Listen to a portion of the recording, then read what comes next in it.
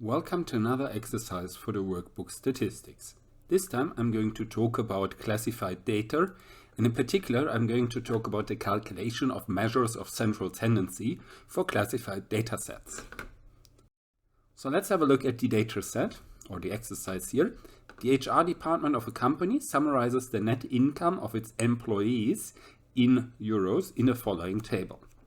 So we get here 5 different classes or groups going from 0 to 8,000 with the absolute frequencies describing how many employees actually fall into each of the different income classes. Our tasks now: first off, determine the respective relative and relative cumulated frequencies. Based on those results, we are asked to calculate the average number of employees and the median number of employees. So let's get started with the first part, with expanding our table for relative and relative cumulated frequencies. So for this, I'm going to copy my table as is, and I'm going to add up all the absolute frequencies, giving me the number of relevant observations. So here in total I have 130 employees working in my company. I'm going to use this number in the next column, where I'm going to calculate the relative frequencies. Then based on the relative frequencies in the final column, I can add the relative cumulated frequencies. Well, to get the relative frequencies, I simply have to divide all absolute frequencies by the number of observations. So I'm going with 26 divided by 130, 47 divided by 130, 24 divided by 130, and so forth, giving me the respective results for all different classes. Well, once I have all of these 5 relative frequencies, I can add them up and I should get to 1.0. Because, well, this means each observation, each of our absolute frequencies, belongs to exactly one of the classes. So I covered 100% of all my observations. That's what we get here.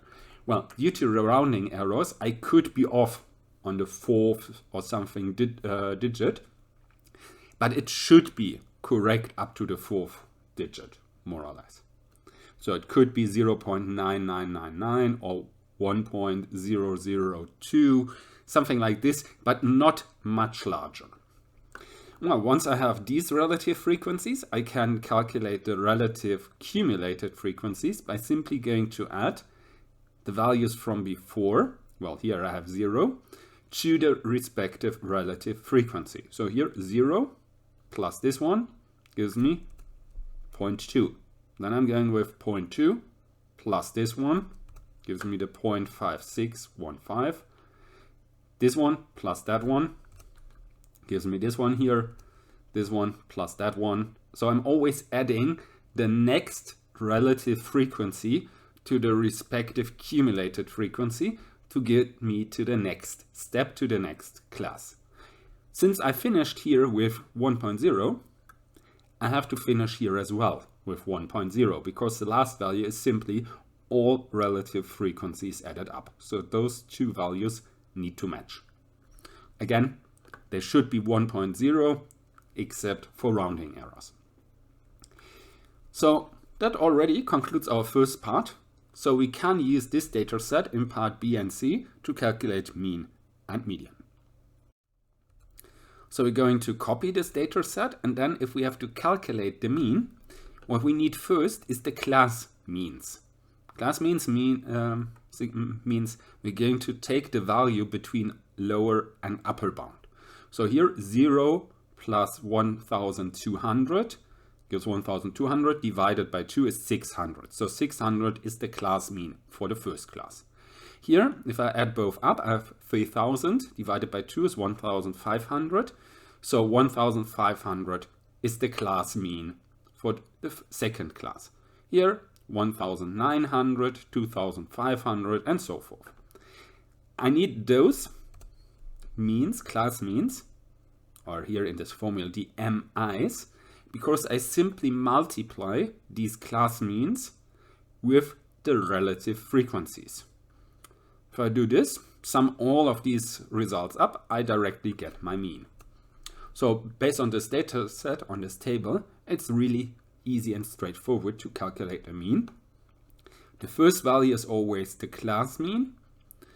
So I just did this directly. However, if you want to do this in more detail, you could add an additional column here where you just note the class means. I would in particular do this if you not only have to calculate mean and median, but also something like variance or standard deviation. Then for sure get an additional column with the class means. Well, we're going here, class means times relative frequency, class mean times relative frequency, all of this added up gives us a final result of 2022.79 for our mean. We can keep this in the back of our mind and turn to part C, again using the same frequency table from before. Here we're going for the median. For the median, we first need to find the median class. The median class is the class where the relative cumulated frequency first becomes larger than 0.5. We see those numbers are always increasing, so we start at the top and need to find the first one which is larger than 0.5. So it's not that one, it's this one. This is the first one larger than 0.5. So 1200 to 1800, that's our median class. And we're going to need 4 values here. If we take a look at the formula, we have the ui minus 1 ui. ui minus 1 is the lower bound of the median class. ui is the upper bound of the median class. So we have this value here, and here we have the width of the class, so upper minus lower bound. Then we're going to need the relative frequency of the median class, 0.3615. That's the part here below the fraction line. And we need the cumulated frequency from the class before. So that's the 0.2 here. That's the one I'm going to subtract from the 0.5. The 0.5 is fixed. It's fixed whenever I'm going for the median. Of course, the median is x 0.5, so I'm going to put 0.5 here. If I'm going to work with different quartiles or quantiles, I can simply replace these numbers and proceed accordingly. However, at this point, we're going for the median. So we have all the values we need, so we can plug them into the formula. Lower bound, relative frequency, cumulated frequency from class before, upper and lower bound. We're going to put this into a calculator, yielding us a result of 1697 point something. This is smaller than the mean, or rather the mean is larger than this value, if you remember from the slide before. Whenever we have a mean which is larger, this tells us something about the skewness. And well, if we look closely here, we see we have more small observations and fewer large observations. And that's what we call a rightward skewed data set.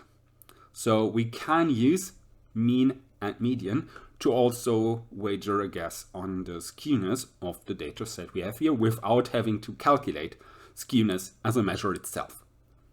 Well, this then concludes this session, so I hope you enjoyed it. I say goodbye and see you next time.